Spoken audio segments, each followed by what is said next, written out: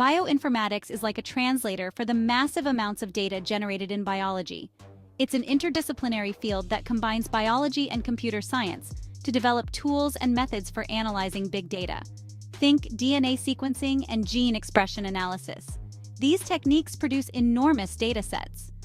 Traditional biology methods can't handle these large data sets effectively. This is where biology and computer science intersect, allowing researchers to organize, interpret, and find patterns in big data. This is great, but how will this affect biology's primary disciplines? Here are 3 examples.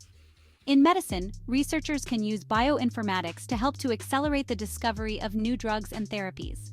It will allow for a better understanding of individual genetic variations, to provide more targeted treatments and preventative measures.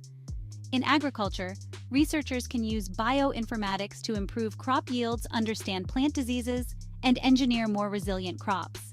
It helps optimize agricultural practices to improve food production and sustainability. In ecology, researchers can use bioinformatics to analyze DNA from various species to understand evolutionary relationships, track disease outbreaks, and conserve endangered species.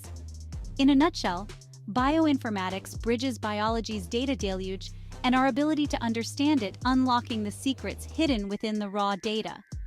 This has far-reaching applications with the potential to revolutionize how we treat diseases, grow food, and understand the living world. So what did you think of this scientific discovery? Leave a comment, don't forget to like, and smash that subscribe button for more facts that will impress all science enthusiasts.